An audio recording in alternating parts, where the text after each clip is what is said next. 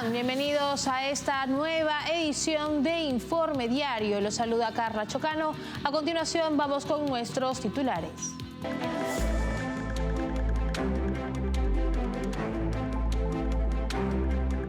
La líder de la oposición venezolana, María Corina Machado, afirmó que el régimen de Nicolás Maduro está cada vez más solo y aislado tras el reconocimiento de Edmundo González Urrutia como presidente electo de Venezuela por parte del Parlamento Europeo. En España, un informe del diario El Mundo reveló que Junts ha aumentado sus críticas contra el PSOE, acusándolo de manipular el sistema judicial para evitar que Carles Puigdemont regrese a España. El presidente de izquierda de Colombia, Gustavo Petro, ha intensificado sus ataques a la prensa libre, arremetiendo contra periodistas, a quienes ha calificado como muñecas de la mafia, en un intento por desacreditarlas y vincularlas con el narcotráfico. El ejército israelí llevó a cabo ataques aéreos extensivos contra objetivos del grupo terrorista Hezbollah en el sur del Líbano, advirtiendo a los civiles en áreas controladas por este grupo respaldado por Irán que evacúen. Empezamos con el desarrollo de la información. En su columna en el Wall Street Journal, Mary Anastasia O'Grady destaca la creciente crisis de derechos humanos en Venezuela tras la detención de 3 ciudadanos estadounidenses por el régimen de Nicolás Maduro. Argumenta que las licencias otorgadas a Chevron por parte de la administración Biden, que permiten la exportación de petróleo venezolano, fortalecen económicamente al régimen, lo que perpetúa la represión a las violaciones de derechos humanos. Según una columna de Mary Anastasia O'Grady en el Wall Street Journal, la reciente detención de 3 ciudadanos estadounidenses en Venezuela, entre ellos un militar en servicio activo, subraya la creciente crisis de derechos humanos y represión bajo la dictadura de Nicolás Maduro. Estas detenciones, que siguen a las elecciones presidenciales del 28 de julio, en las que Edmundo González Urrutia obtuvo una clara victoria sobre Maduro, marcan una nueva fase en la escalada autoritaria del régimen. O'Grady critica duramente la administración de Joe Biden por su fracaso en tomar medidas más restrictivas contra el régimen chavista, permitiendo que Chevron siga operando en Venezuela. A través de varias licencias emitidas por el Tesoro de Estados Unidos, Chevron ha continuado exportando petróleo venezolano, proporcionando al régimen ingresos vitales que, según la autora, ascienden a los 1.700 millones de dólares en los próximos meses. Estas ganancias sostienen el aparato militar que mantiene a Maduro en el poder.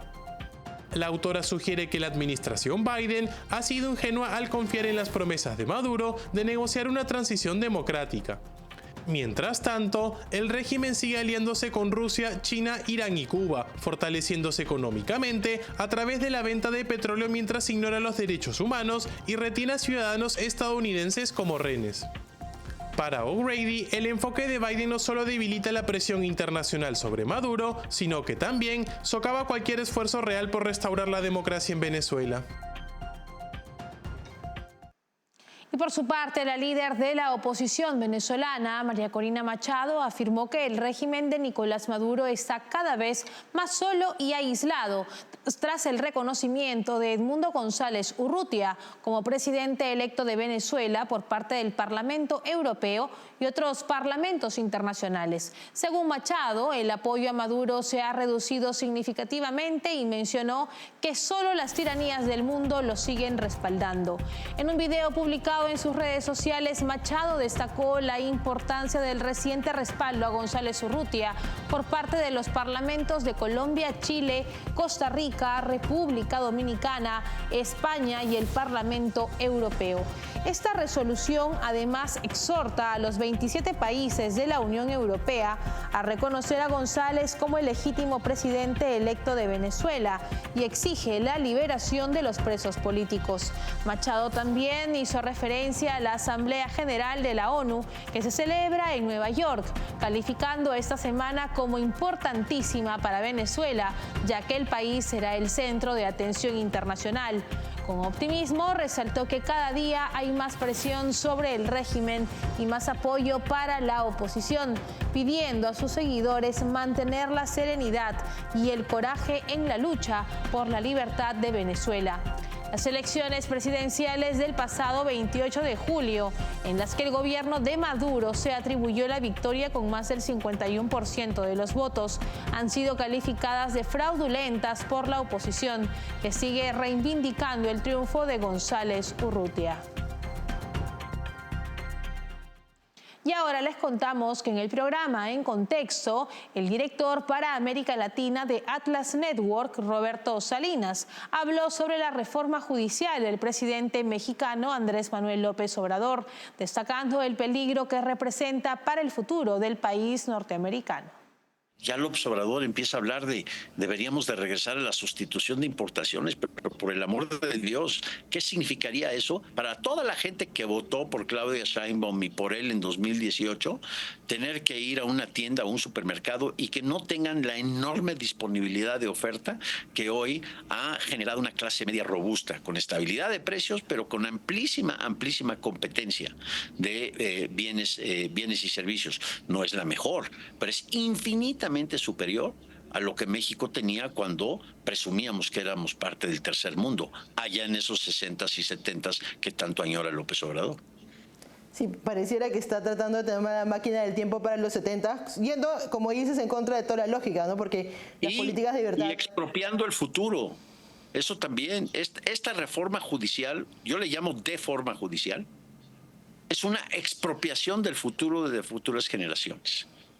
Sí, y este regreso al pasado, cuando deberíamos en pleno siglo XXI de inteligencia artificial, de que los niños que nazcan hoy, 50% van a llegar a vivir más de 100 años por los avances biotecnológicos, de electromovilidad, cuando debemos estar viendo hacia el futuro, no, queremos regresar al pasado en donde el petróleo era el único commodity que nos generaba la abundancia para ese 1% que vive en Palacio Nacional, porque tanto se ha hablado de que el 1% en Wall Street y demás, los verdaderos 1% son Nicolás Maduro, Daniel Ortega, ciertamente Díaz-Canel, que viene a la inauguración nuevamente aquí a consagrarse, y pues viviendo en Palacio Nacional, ¿qué mayor esplendor puede haber por parte de un gobernante que estar viviendo tal cual el rey de la selva en Palacio Nacional? Y en otras noticias, el presidente izquierdista colombiano Gustavo Petro incrementa sus críticas a la prensa, llamando a periodistas muñecas de la mafia y vinculándolos al narcotráfico. Esto ocurre mientras se enfrenta a investigaciones por presunta corrupción. Además, Petro impulsa medios alternativos buscando replicar el modelo del socialismo del siglo XXI en Colombia, con una estructura mediática oficialista similar a la del chavismo en Venezuela, lo que genera preocupación sobre la democracia. El presidente de Colombia, Gustavo Petro, ha intensificado sus ataques a la prensa libre, arremetiendo contra periodistas a quienes ha calificado como muñecas de la mafia en un intento por desacreditarlas y vincularlas con el narcotráfico. Este acto se enmarca en un contexto donde el mandatario enfrenta investigaciones por violación de límites de gastos en su campaña presidencial del 2022, además de la posibilidad de haber recibido aportes del narcotráfico.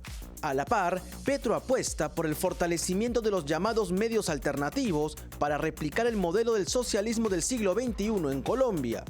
El ataque de Petro contra periodistas, transmitido en televisión nacional, ha sido interpretado por analistas como parte de una estrategia para desviar la atención de los escándalos de corrupción que involucran a miembros de su gobierno, incluyendo a su hijo Nicolás Petro Burgos.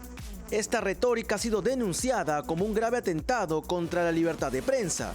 Además, Petro avanza en la creación de una estructura mediática oficialista, similar a la implementada por el chavismo en Venezuela, con el objetivo de controlar la narrativa pública. Este libreto cubano se suma a una creciente preocupación por el futuro de la democracia en Colombia, mientras sectores políticos y periodistas resisten ante los intentos del mandatario de perpetuar su proyecto autoritario. Y el plan de paz total del presidente colombiano Gustavo Petro ha sufrido un duro golpe tras el reciente atentado del Ejército de Liberación Nacional en Puerto Jordán, Arauca, que dejó 3 soldados muertos y más de 25 heridos. Este ataque ha llevado al gobierno a suspender las negociaciones con la guerrilla, poniendo en jaque una de las principales apuestas de Petro para alcanzar una supuesta paz en Colombia, lo que lo ha llevado a negociaciones con criminales con la mediación de dictaduras como la cubana. El ELN, un grupo insurgente que nació en los años 60 con inspiración castrista, ha sido acusado de no tener verdadera voluntad de paz, tras haber incumplido varias veces con los acuerdos iniciales y continuar con actividades extorsivas como el secuestro. A pesar de la posición de Gustavo Petro de buscar una supuesta paz, la violencia ha continuado y el reciente atentado ha generado desconfianza en la ciudadanía pese a todo. El presidente ha instado al ELN no romper el proceso de paz y ha señalado que sigue abierto al diálogo. Ahora, la crisis en las negociaciones se ve reflejada en las tensiones políticas con Venezuela, donde el dictador Nicolás Maduro actúa como garante de la negociación, lo que invalida todo el proceso. Con esta información nos vamos a la primera pausa del programa. Regresamos con más enseguida. Café Sombra de Pino. Un café diferente que crece a la sombra de pinos en Villarrica. Ya lo saben, Café Sombra de Pino. Un café premium al alcance de todos.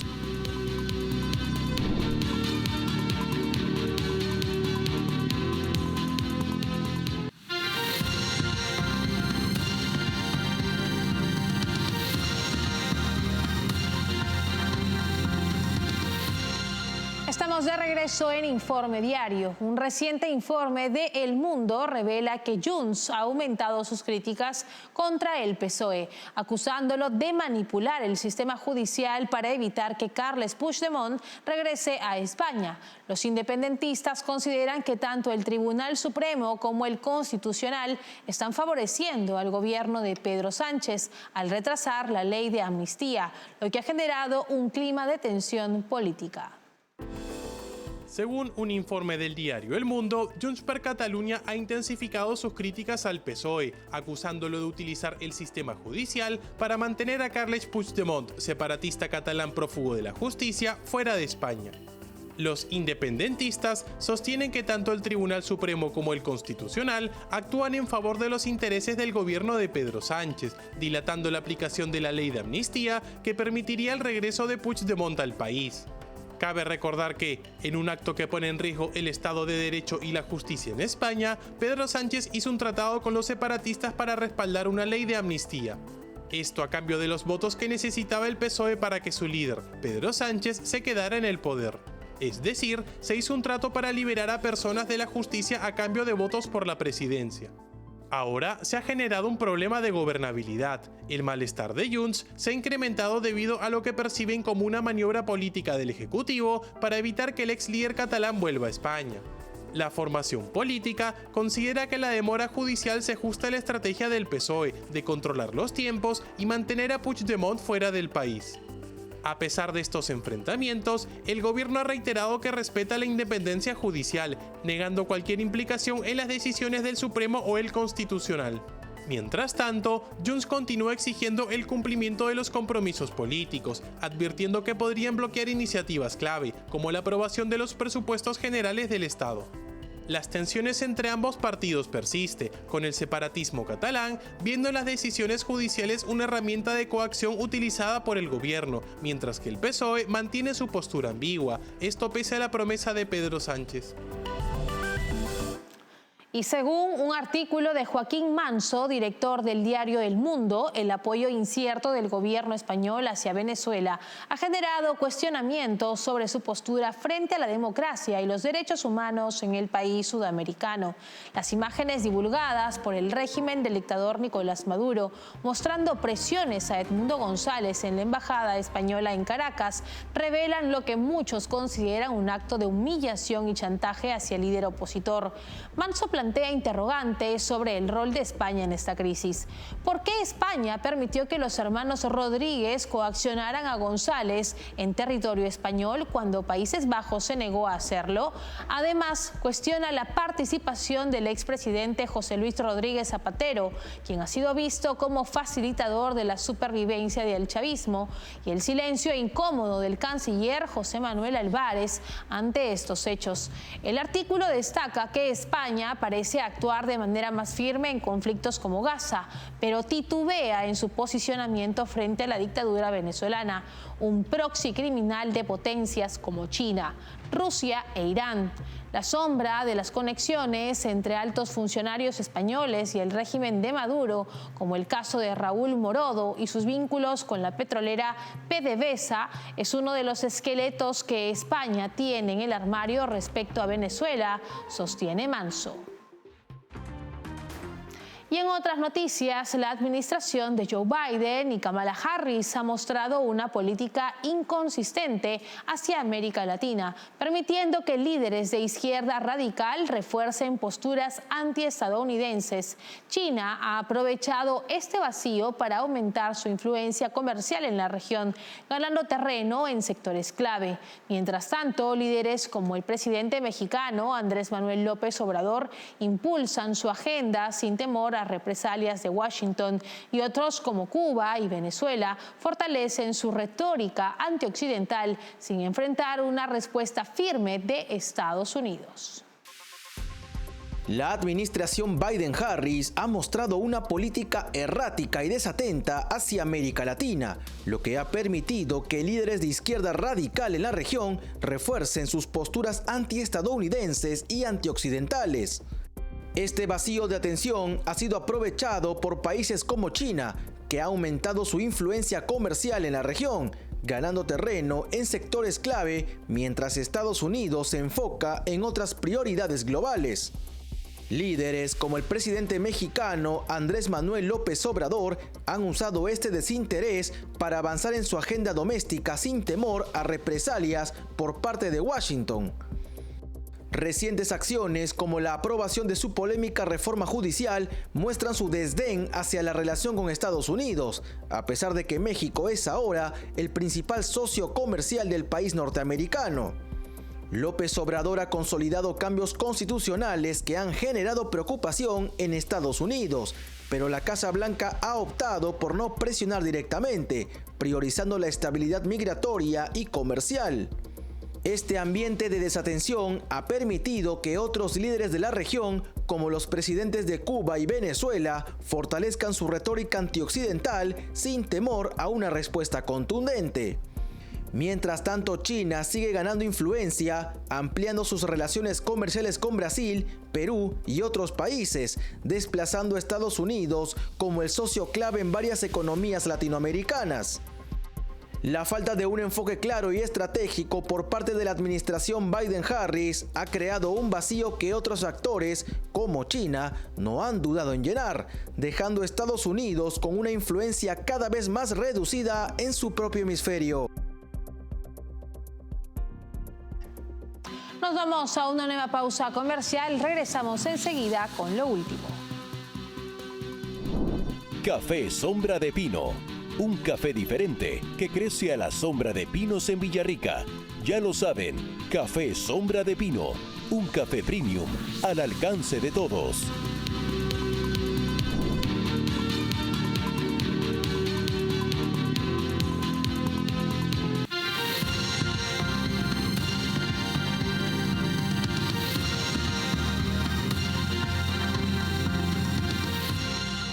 Continuamos en Informe Diario. El ejército israelí llevó a cabo ataques aéreos extensivos contra objetivos del grupo terrorista Hezbollah en el sur del Líbano el lunes, advirtiendo a los civiles en áreas controladas por este grupo respaldado por Irán que evacúen, ya que se planean nuevas ofensivas. Los ataques, que han sido los más amplios desde el inicio de la guerra en Gaza, llegan en medio de una escalada del conflicto con Hezbollah, lanzando sus ataques más profundos en décadas lanzadas contra Israel.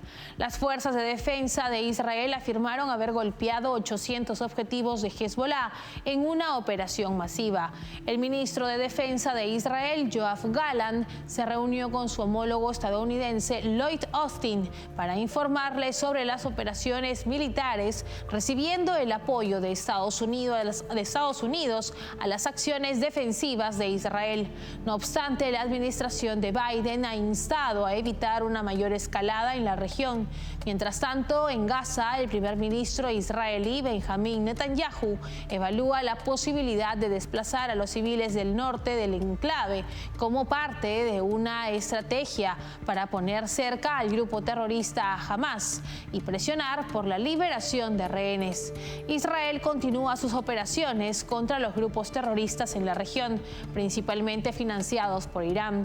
Esto mientras el gobierno de Joe Biden y Kamala Harris mantiene aún una posición no clara frente a los enemigos de Occidente. Hasta aquí llegamos en esta edición de Informe Diario. Para más novedades pueden escanear el código QR que aparece ahora en sus pantallas. Estamos en www.grupotvl.com. Nos pueden seguir en Twitch como TVLESP. Nos escuchan en Spotify como TVL en español. Y recuerden suscribirse a nuestro canal de YouTube, donde nos podrán encontrar como TVL en español. Hasta una próxima edición. Permiso.